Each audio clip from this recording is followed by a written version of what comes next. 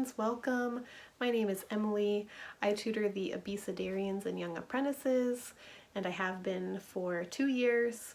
So I'm just going to share with you some ideas for Cycle 2, Week 19, memory work and review. So the first thing that we do is geography. When the students come in, we have the maps already laid out.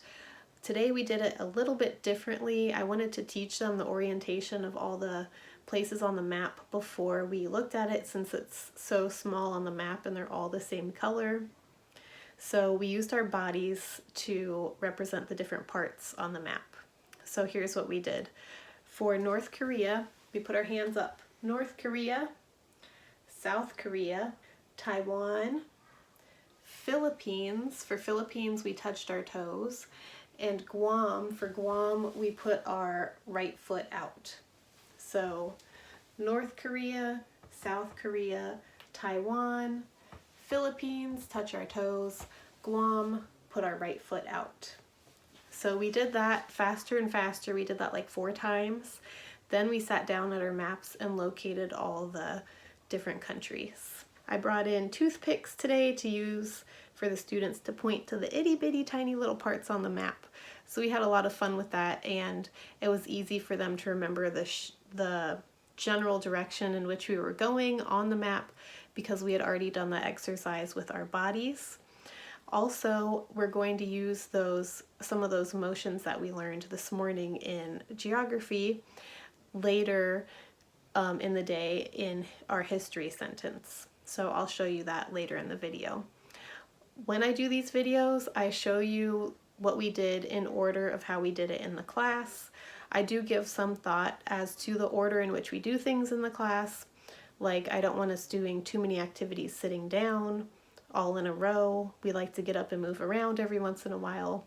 So that's why I share with you different orders each video. After geography, the kids get out their snack, and I go through all the timeline cards for the week. So I say what's on the card and they repeat after me as they look at the pictures. Then I put these up on the board in order, and as they're eating their snack, they each take turns coming up. I have a little finger pointer, like a little finger on the end of a stick, so the kids take turns coming up and pointing to each one in order as they hear them named out in the song. For math, I had the kids make a circle with their arms. I asked them all to make a circle with their arms, so we made circles out in front of us like this, and then I said, let's pretend like those circles are pies, and let's eat our pie, and we'll say 3.14, 3.14 as we're eating our pie. So that kind of got them used to some of the terms we're going to use in the sentence today. So then I said the sentence and they repeated after me, and then we added it into our song, which goes to the tune of the Itsy Bitsy Spider. I'll link in the description. I did the full version of the song here on YouTube, so you can get an idea of how the song goes. So as we sang through the song, we did this for circle and this for pie. Thank you for your sweet comments recently.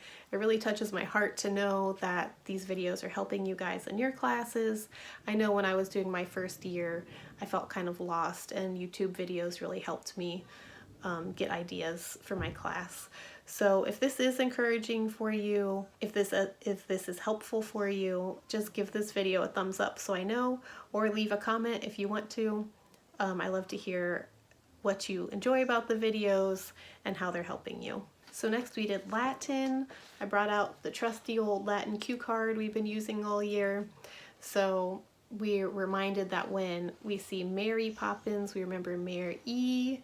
Our endings start with the sound E. And when we see Mary Poppins, we remember practically perfect in every way. So we remember perfect present tense when we see Mary Poppins. So we went over the pronunciation of all the endings, and then I asked the children what this was, and a few of them knew it was her umbrella, the parrot on her umbrella. So we did a little dance move that looked like opening an umbrella while we were listening to the song. So we just went like this from side to side as we sang the song, and we did it a second time through because they really just needed to get their wiggles out. So the second time through we added a little kick in with our feet as we were doing the same hand motions. For history, I showed them the Korean War timeline card, sorry for the glare, which is card number 149. It'll say that in your foundations guide under the history part. There's a little thing that looks like this in the corner with the card number on there. So I showed them this, and then I taught them the hand motions, and then we played a little game afterwards. So the hand motions go like this. In 1950, I think this is ASL for 50. For MacArthur, we put an M on our heads like this. For United Nations, we made a link with our fingers. For stop, we put our hands out. And to make it fun, the second time through the song, we jumped back when we said stop. For North Korea, we used that same hand motion we learned this morning in geography. For capturing, we did this.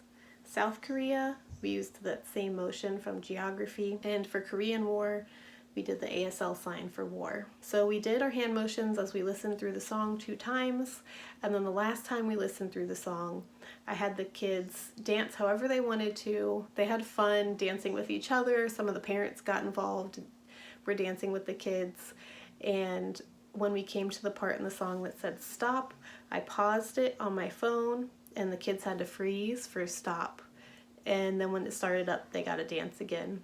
And they really liked that. They liked it so much that they requested that we do it at the end of the day when we were doing review.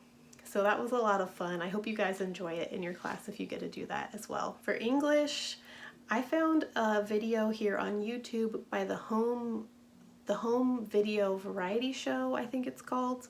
I'm gonna link it for you in the description. But they had a really catchy tune that goes over the memory work 6 times.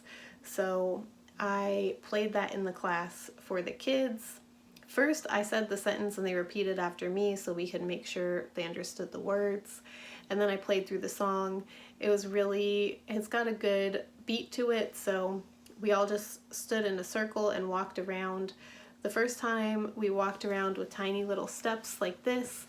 As the song got more dynamic, then we skipped around, and then the last time they sing through the memory work, it gets loud, so I was like, I want to hear you, and we sang it even louder the last time through. For science, I really wanted to find a song that had all 3 laws of thermodynamics, but it was hard for me to learn the ones I did find, so I just made up something that we did in class instead. But first, when I was saying the sentence and the children were repeating after me, I realized it was really hard for them to say thermodynamics. So we broke it down. I said thermo, they said thermo. I said dynamics, they said dynamics. And then we put it all together, thermodynamics, thermodynamics. So I just wanted to let y'all know, since you probably have the same age kids as me, that that's something I didn't think about ahead of time. All right, so what we did was we paired off, so each kid had a partner, and we stood in 2 lines next to each other. And so we'll just pretend there's a kid next to me. They're gonna hit my hand like this, and I'm gonna hit their hand like this. This is a chant hand clapping game. So we're side to side like this, kind of like our bodies are in a T, like thermodynamics. So it goes like this. The first law of thermodynamics states that, and now for energy, we turned towards each other and did a high 10.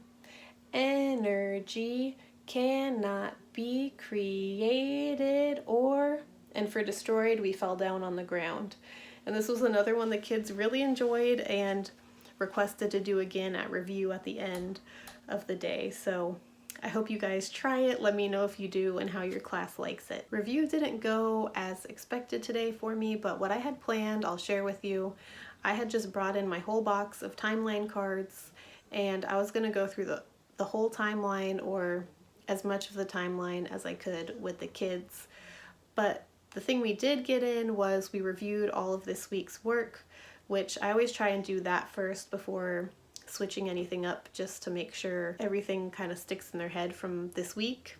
And like I said, they were requesting to do some of the things we had done during the memory work because they had so much fun with it. That's my idea for a review for this week. Just bring in your timeline cards and maybe work through it in chunks of the weeks, or see what they can come up with, see how far they can go, and then play the song to kind of check their work. It's really fun for them to see the whole long line of the timeline in the classroom and to see how much they've learned this whole year. I think it's really rewarding, not only for them, but also for the parents. So that's it. I hope you guys have a great week 19.